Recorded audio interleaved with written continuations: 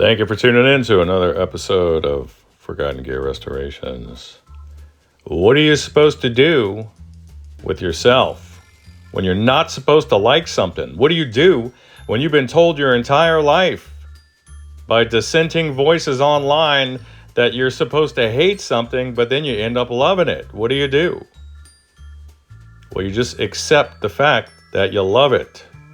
There's nothing wrong with that. Let's get back into it for the final concluding episode of this 1996 Fender Hot Rod DeVille 410. I love this amp. Spoiler alert. All right. Hey, good morning. Happy Saturday, you guys. I don't have a whole lot of time. This is the conclusion of one of the most challenging Fender Hot Rod family amp restorations I've ever done, with the exception of that one George Benson.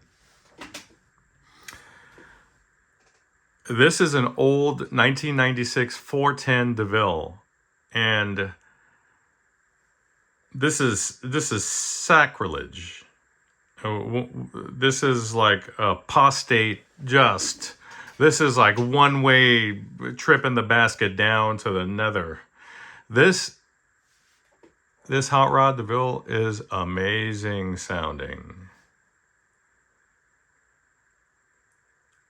This is probably, this is a freaking lovely sounding amp. It's not going to come across as it does in person, but man, I understand the criticism. Obviously, I see in a 365 day year, honestly see I see about 100 hot rod amps a year. Give or take, right? I see a lot of these guys. So that means I hear hundreds of them, right? I've heard thousands of them across my career. And there's just something about the way these speakers are broken in and that the components have aged in this one.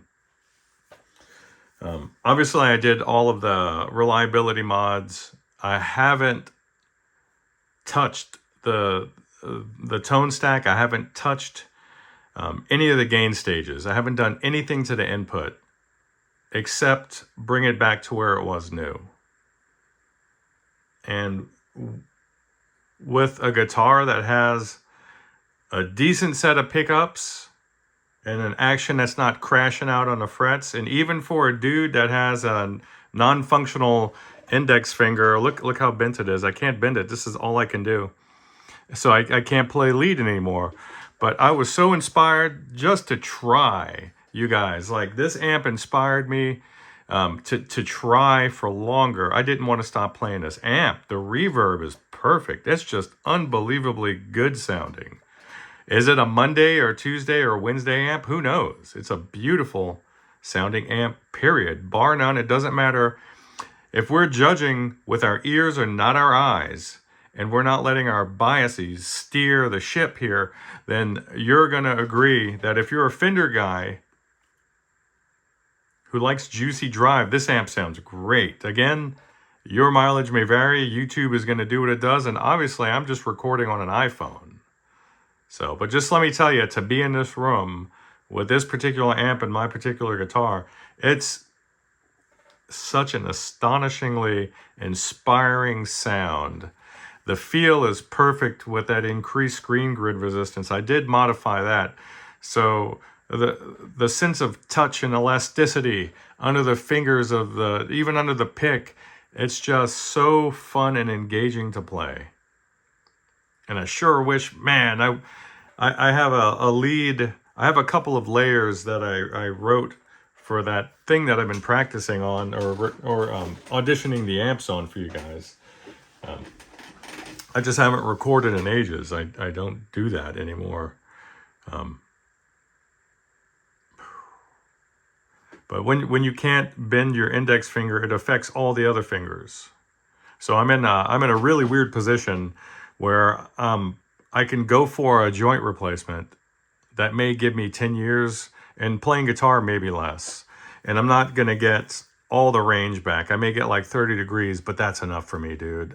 After only having what is essentially a slide, from an index finger, All I can do is play some bar chords now.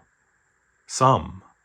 It's like, imagine if you're trying to walk, right, or run, but you have your shoelaces tied, and you just hit that hard wall when you try to move your hand in certain positions, and that's what I'm dealing with. So it makes me not even want to approach playing solos or trying to express myself anymore through my hands, you know. But I'm just gushing about this amp, man. This amp is awesome. I don't care what anybody says about the hot rod amps, and that negativity is well earned. All right, so let's just say that. But I'm also going to say that this amp, I get amps from the 50s on up through here, all the classic ones, you know. Granted, I had an amp that Alexander Dumble worked on. It didn't bear his badge or nameplate.